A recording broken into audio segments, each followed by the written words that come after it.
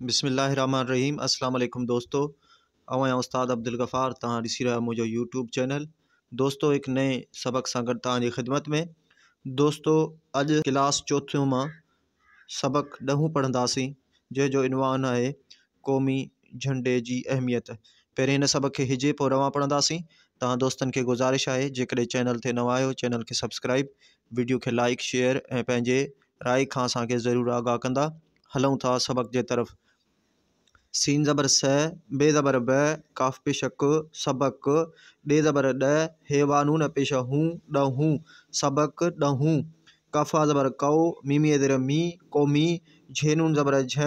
टइए day, झंडे, Jimmy ज़र जी, जी, अलफ हाय ज़बर अह, Mimi ज़र मी, ते ज़बर त, अहमियत, कौमी झंडे जी अहमियत। अलफ ज़बर अ, जे पेश ज, अॼु, टेवीह, मीम अलफ मा, रे ज़बर र, चे ज़र चे, मा रचे,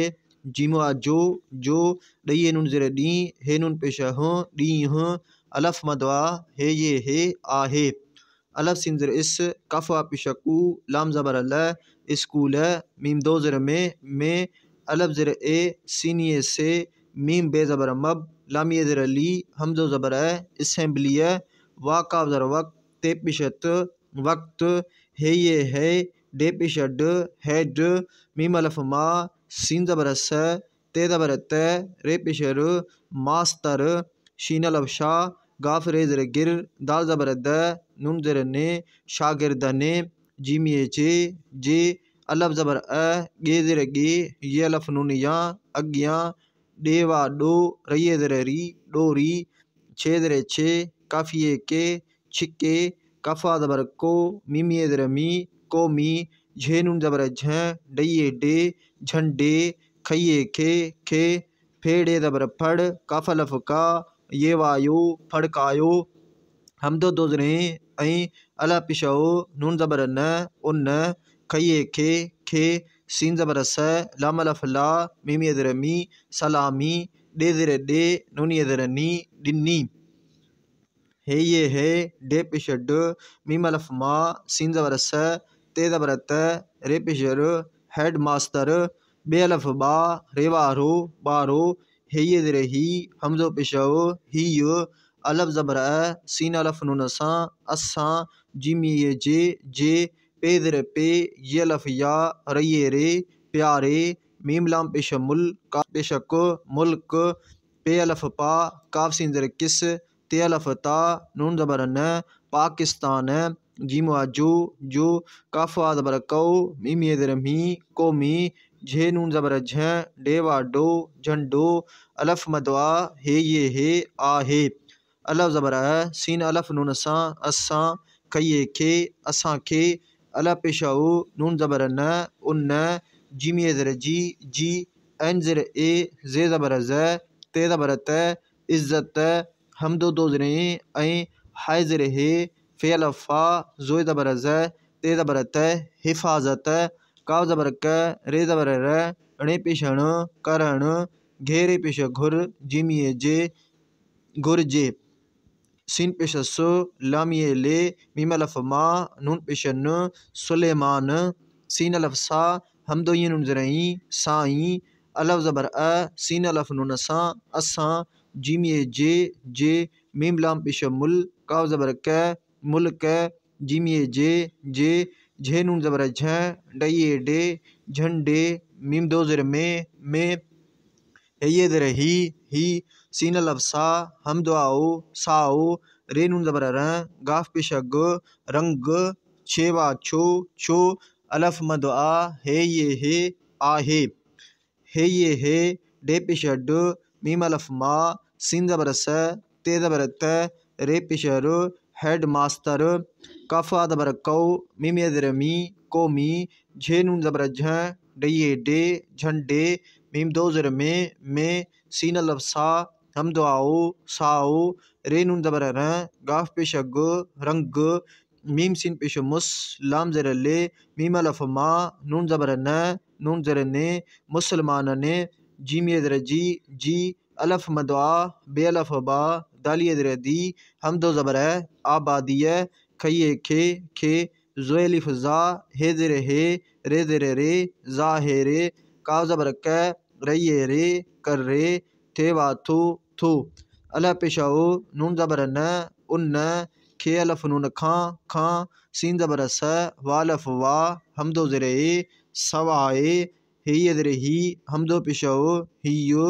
रे नून ज़बर र गाफ पेशा गो रंग खैवा पेशा खो शीन ज़ेर शे हाय अलफ हा लामी ज़ेर ली हमदो ज़बर है खुश हालिय जीमी ज़ेर जी नून ज़ेर ने शीन अलफ शा नून ज़ेर नी निशानी बे ज़ेर बे अलफ मदवा हे आहे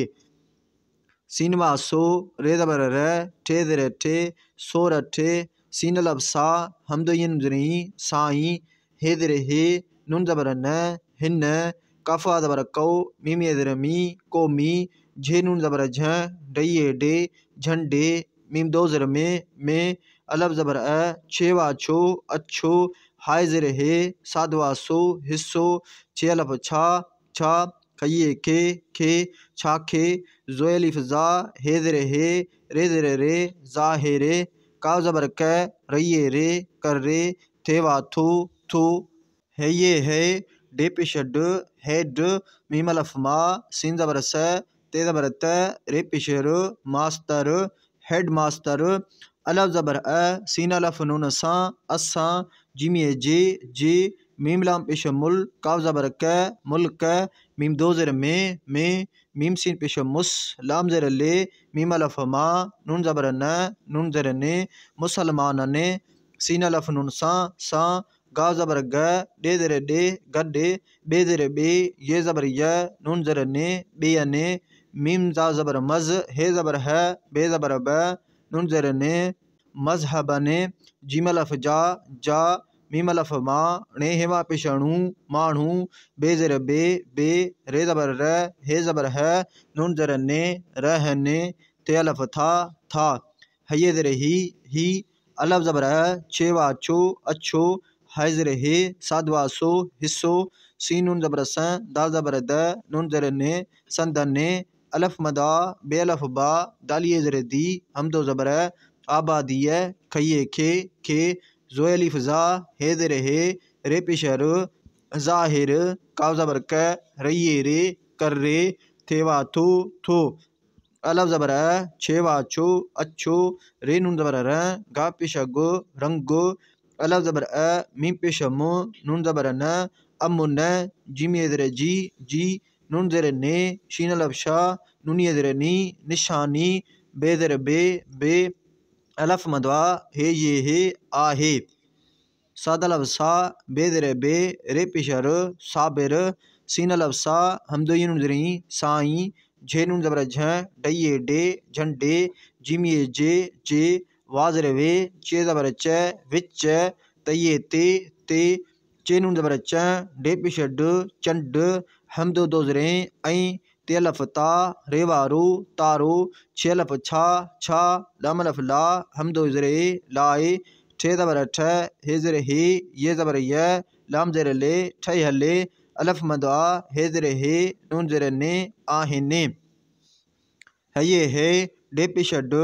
मीम अलफ मा सीन ज़बर स ते ज़बर त रे पेश र हेड मास्टर अलफ ज़बर सीन अलफ नून सा असा जिमा जो मीम लाम पेश मुल काफ पेशक मुल्क हे ज़ेर हे काफ पेशक हिक अलफ सीन ज़ेर इस लाम अलफ ला मीम ज़ेर मी इस्लामी मीम लाम पेश मुल काफ पेशक मुल्क अलफ मदवा हे आहे काफा ज़बर कौ मीम ज़ेर मी कौमी झे नून ज़बर झ डये डे झंडे मीम दो ज़ेर में चे नून ज़बर च डे पेश ड चंड हमदो दो ज़रे ऐं ते अलफ ता रे वारो तारो मीम लाम पेश मुल काफ़ी ज़ेर की मुल्की एन जो ज़बर अज मीम ज़बर म ते ज़बर त अजमत जिमी ज़ेर जी एन ज़ेर ए लाम अलफ ला मीम ज़बर म ते ज़बर त इलामत अलफ मदवा हे ज़ेर हे नून ज़ेर ने आहेने दोस्तों हाणे सबक खे रवां पढ़ंदासीं सबक ॾहूं क़ौमी झंडे जी अहमियत अॼु 23 मार्च जो ॾींहुं आहे स्कूल में असेंबलीअ वक़्तु हेडमास्तर शागिर्दनि जे अॻियां ॾोरी छिके क़ौमी झंडे खे फड़कायो ऐं उन खे सलामी ॾिनी। हेडमास्तर ॿारो, हीउ असांजे प्यारे मुल्क पाकिस्तान जो क़ौमी झंडो आहे। असांखे उन जी इज़त ऐं हिफ़ाज़त करणु घुरिजे। सुलेमान साईं, असांजे मुल्क जे झंडे में ही साओ रंग छो आहे? हेडमास्तर, क़ौमी झंडे में साओ रंग मुसलमाननि जी आबादीअ खे ज़ाहिरु करे थो। उन खां सवाइ हीउ रंग ख़ुशहालीअ जी निशानी बि आहे। सोरठ साईं, हिन क़ौमी झंडे में अछो हिस्सो छाखे ज़ाहिरु करे थो? हेडमास्तर, असांजे मुल्क में मुसलमाननि सां गॾु ॿियनि मज़हबनि जा माण्हू बि रहनि था। ही अछो हिस्सो संदनि आबादीअ खे ज़ाहिरु करे थो। अछो रंग अमन जी निशानी बि आहे। साबिर साईं, झंडे जे विच ते चंड ऐं तारो छा लाइ ठहियल आहिनि? हेडमास्तर, असांजो मुल्क हिकु इस्लामी मुल्क आहे। क़ौमी झंडे में चंड ऐं तारो मुल्की अज़मत जी अलामत आहिनि।